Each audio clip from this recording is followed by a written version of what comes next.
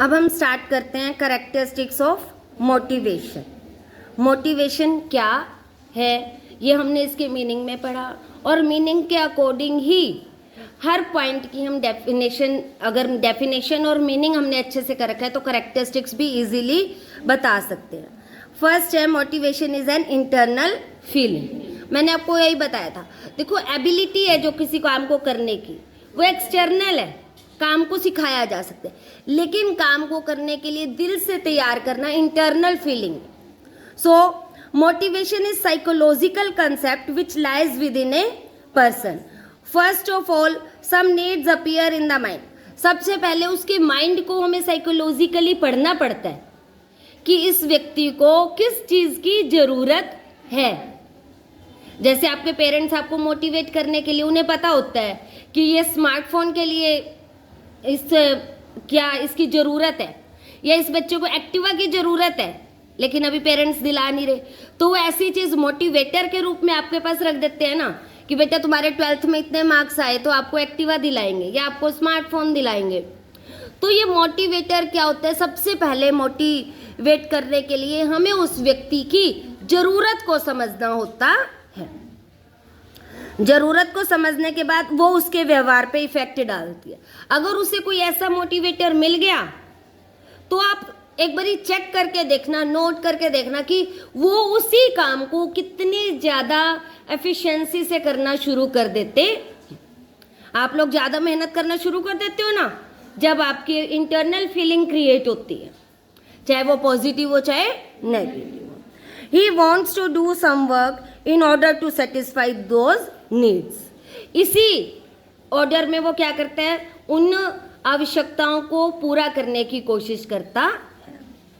Motivation produce गोल directed behaviour. उद्देश्य की दिशा में बिहेवियर को निश्चित करता है, जो क्या होता है? मोटिवेशन।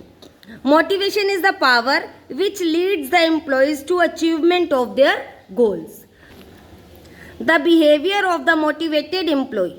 जो मोटिवेटेड एम्प्लॉय होते हैं ना, वो उसका जो बिहेवियर होता है वो एकदम अलग हो जाता है केयरलेस एम्प्लॉय से। वो केयरफुली, फुली एफिशिएंसी से काम करता है।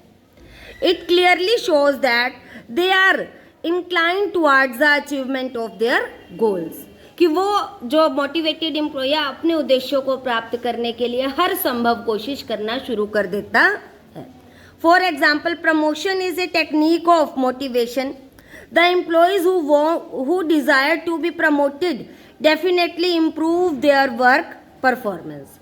उनकी वर्क परफॉर्मेंस भी पक्का बढ़ेगी ही बढ़ेगी। नेक्स्ट है motivation can be either positive और नेगेटिव। मीनिंग कराते हुए ये बात मैं बहुत बार बता चुकी हूँ, पॉजिटिव भी हो सकता है मोटिवेशन, नेगेटिव भी। अगर आपको कोई प्राइज, कोई रिवार्ड, चाहे कोई कैश प्राइज दिया जा रहा है, दैट इज पॉजिटिव मोटिवेशन। और अगर कोई पनिशमेंट डिसाइड की जा रही है कि जिस एम्प्लॉय ने इससे भी इस टारगेट से एक मिनिमम टारगेट फिक्स कर दिया, मिनिमम टारगेट से कम काम किया तो उसको जॉब से हटा दिया जाएगा या उसको कम सैलरी दी जाएगी, तो ये नेगेटिव मोटिवेशन हो गया। और एक हाईएस्ट टारगेट रख दिया जाता है कि जिस व्यक्ति ने इस टारगेट को अचीव कर लिया उसे 10% एक्स्ट्रा बोनस दिया जाएगा।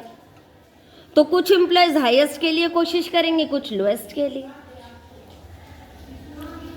Motivation is complex process.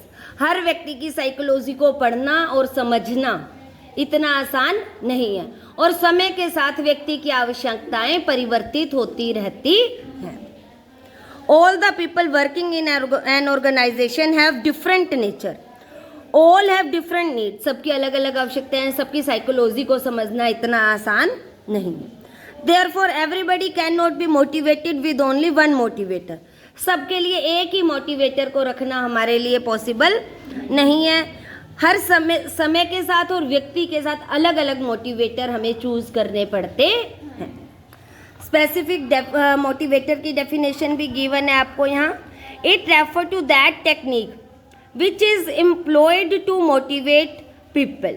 वो तकनीक जो पीपल को मोटिवेट करने के लिए अपनाई जाती है।